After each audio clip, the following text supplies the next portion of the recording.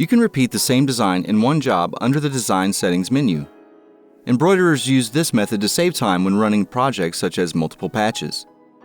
To do so, you will need to use the largest hoop possible and repeat the design as many times as it fits in the hoop's sewing area.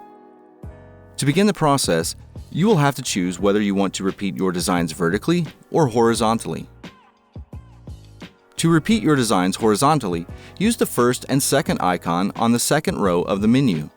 The first icon is used to select the amount of designs you wish to repeat, and the second icon is used to select the space in between each design. To repeat the design vertically, use the third and fourth icon on the second row of the menu. The third icon is used to select the amount of designs you wish to repeat, and the fourth icon is used to select the space in between each design. Let's walk through it. In this example, we will repeat our design horizontally, so we will select the first icon on the second row of this menu. Next, clear the current value on the keypad, if any, and input the number of designs you would like to repeat. Then press the green check mark.